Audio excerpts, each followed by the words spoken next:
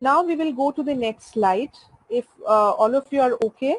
So now we will discuss on the interdependence of plants and animals, right? How do plants depend on animals and how do animals depend on plants, right? First, we will discuss how do animals depend on plants in a forest, correct? First, of course, is for food. We all know it has to be. How do animals depend on plants for food in a forest? Tell me. Said, tell me. Because like animals like only they could eat if plants are providing them food, because plants like animals they are depending on plants for their food. Correct. For a forest area, tell me with examples. Give examples and explain.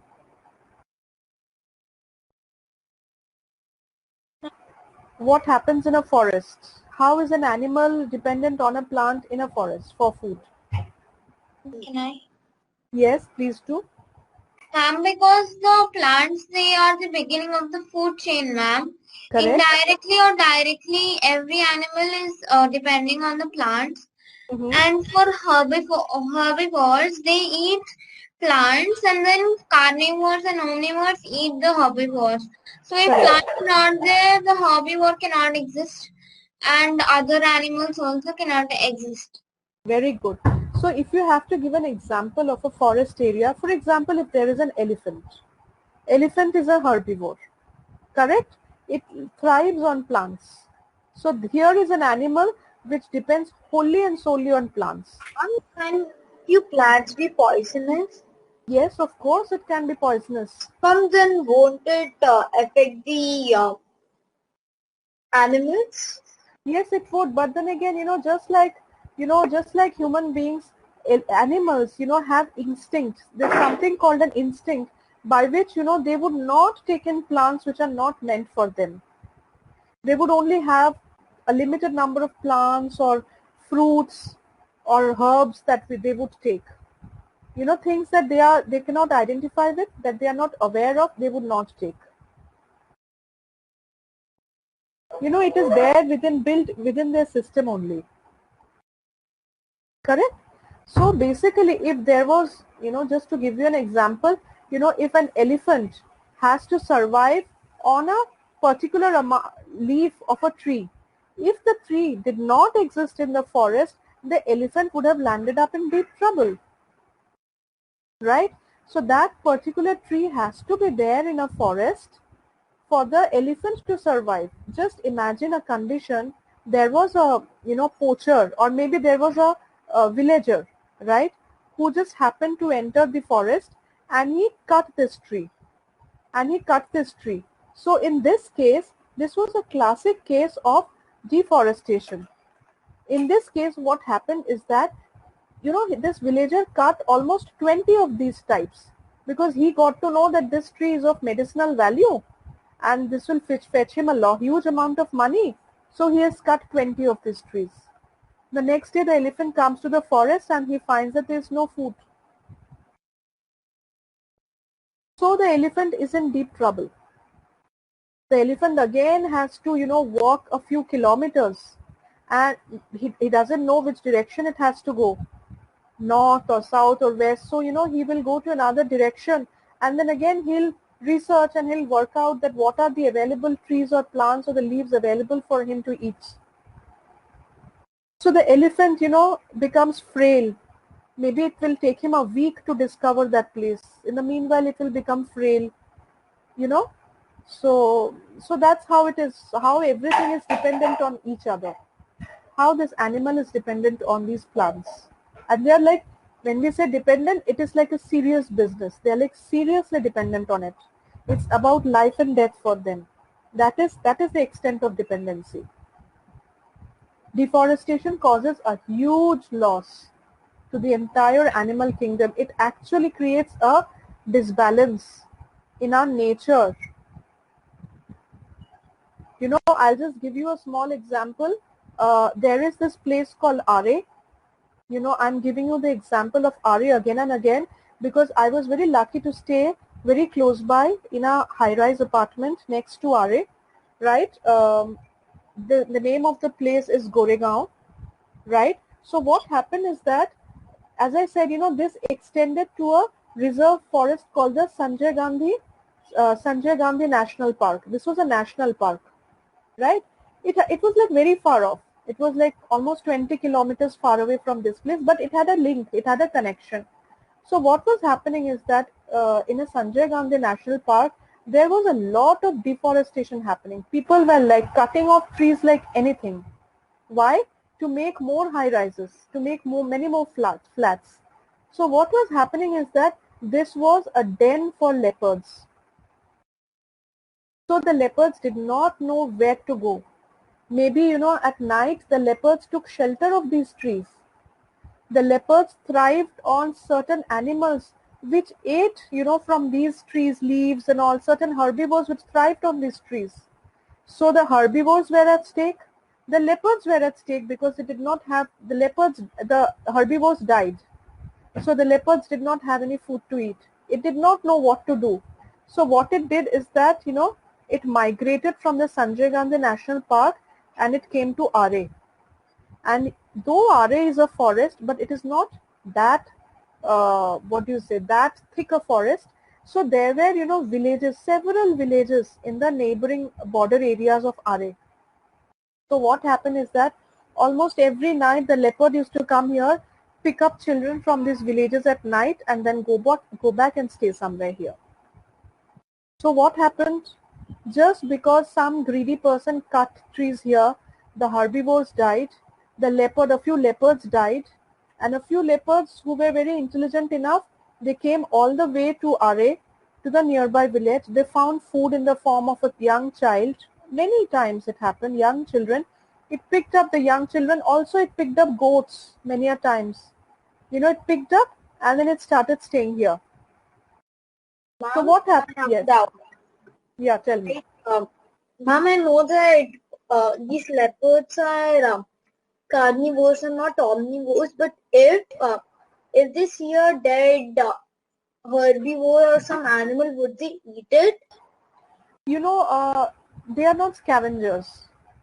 If it's like a one-day-old dead carcass lying, I doubt if it will not have it, because leopards, tigers, panthers, they have an affinity towards fresh things, to have fresh flesh and fresh blood. So it would always want to, if it is so that there are 3-4 leopards which is feasting on a dead elephant. Right, so the process is on, and then a leopard sees it from far off, then it will come and eat. But if this carcass of this elephant is lying here for 1 day or maybe 2 days, then the leopard will not have, because by that time the hyena or vultures might have already finished it. Ma'am, maybe it would have been few hours. I think so, a few hours the leopard can have it. Yeah. So we know how the dependence is for food. Now how is the dependence for oxygen? How they have photosynthesis, they produce oxygen. Simple. So plants, here we have plants and here we have animals. They are like completely dependent. Plants will give them oxygen and animals will give them carbon dioxide. Simple. Just like what happens with plants and human beings, right? And what is this case of shelter? Ma'am, for many birds and animals, it gives shelter. Correct. Birds will make nests on the trees, right? There would be snakes and monkeys which will live on the branches of the tree, right? There would be certain animals which would want to stay in certain bushes. For example, there are certain canopy and there are certain bushes. Most of them would want to have a shed or a shade above their head at night when they sleep or when they are taking rest. No, you will not find any animal which is just lying open, just sleeping or just resting in an open area. It's very rare at night. They would always want to have a covered area above their head. That's a very animalistic instinct. That's an instinct that they have. They want a shaded area. They can't make their own house, so they prefer somewhere around under the tree, near a bush, or maybe some rocky cave. So if the trees are all cut, they would keep running and helter skelter. Correct? So any doubts till now? No. Okay. Now we No, come. ma'am. Okay. Now we will come and see the other way around. What will happen and how do these plants depend on animals? Okay. Okay. Once again, Unmana, do you want to start off with how do plants depend ma'am. on animals? Yes. Ma'am, for carbon dioxide, animals, they inhale oxygen and they exhale carbon dioxide. So, and hence, both for the respiration and photosynthesis, they need carbon dioxide. So, they depend on animals to take carbon dioxide. Very good. Priscilla, do you want to add up certain points?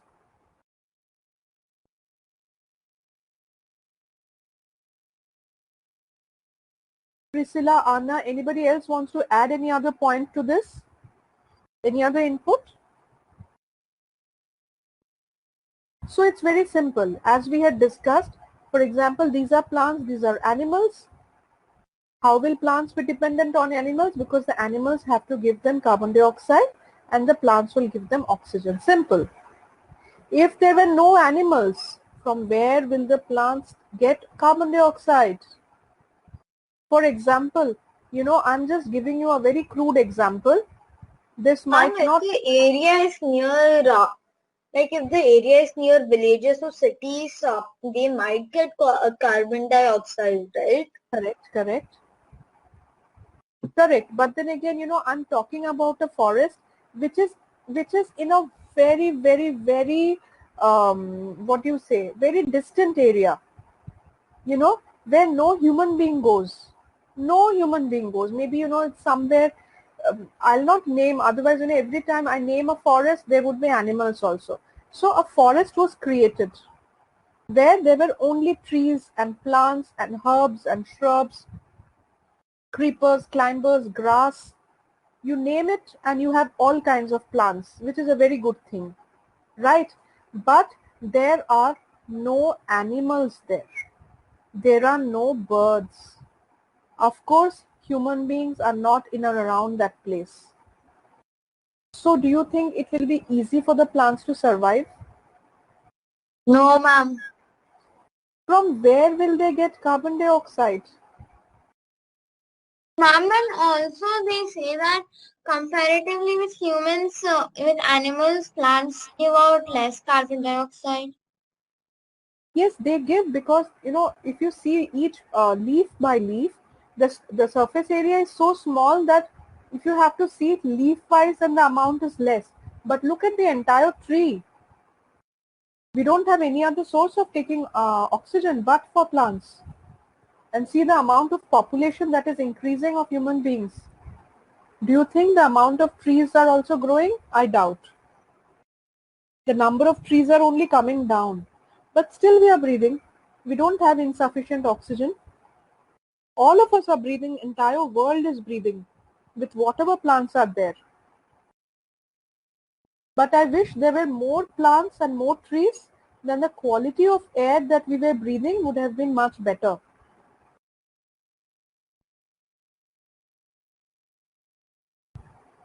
Right? Yes, ma'am.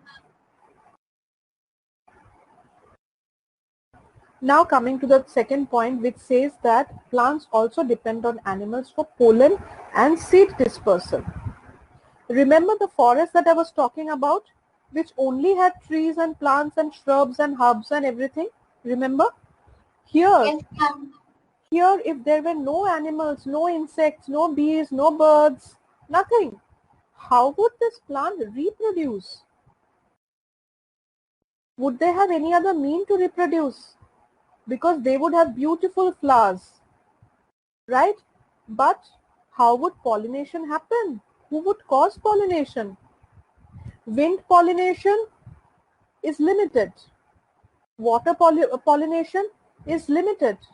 Most of the pollination Insects happens, and animals. yes, most of them happens through insects and animals. We know of bees and hummingbirds. Where are they? If they are not there, how will pollination happen? If pollination doesn't happen, how will they reproduce? So if there were 10 plants in this, or maybe, if there were 1,000 plants in this forest, it will remain to 1,000 only. It will not grow to 1,001 unless and until they vegetatively reproduce. Isn't it? So plants, as plants are important, animals are also equally important, right? So nobody is dispensable. Okay. So for supplying nutrients, so who is going to share this point? Who is going to discuss about this point? This is very interesting. Syed, do you want to discuss on this plant? Yes, Priscilla, discuss. Go ahead. Ma'am, because plants, they give food for us, so that's basically saying that they are giving nutrients to us.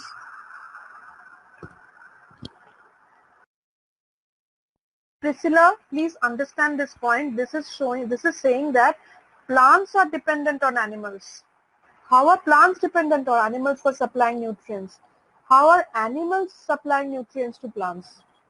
Ma'am, like when an animal dies and the decomposers decompose the animal, and then from the remaining matter, like the plant takes nutrients from it. Excellent. Humus. Excellent. Correct. So one is humus. For example, if there is a plant here, right? In the forest area, who will give it manure? Who will give it fertilizer? Nobody will give it manure and fertilizer, but still it grows. Every year it grows in size, right? So from where does it get all the nutrients? It gets its nutrients because maybe, there are some birds living in the nest here. Those birds died, fell off here in the ground. They got decomposed. It stayed here until it got decomposed and turned into a nutrient soil. Nutrient, very, very rich soil, because the bird was all made out of muscles and, it had a lot of protein, carbs and everything. So it will all get decomposed and it will turn into soil, right? So this, then again there would be rainfall coming. So this will go till the roots will absorb and then again send the nutrition up to the soil, up to the plant. So this is how plants supply nutrients, animals supply nutrients to the plants. That is one. When the animals die, they decompose, right? The other one is the excreta of animals. Every day, these birds, insects, tiger, lion, hyena, elephant, whatever stays in this forest, they're all eating. And every day they are eating and every day they are excreting. So where does the excreta go? They all remain in the soil. And over a period of time, all these excreta actually turn into nutrient-rich soil, which the tree takes it. So there are two ways by which animals contribute to plants. One is after the animals die, they decompose, they turn into rich soil, and the excreta of animals. Correct? Which is a rich source of nutrients for the plants. So see, you cannot do without plants, you cannot do without animals. Both are extremely necessary in a forest biome, in a forest habitat.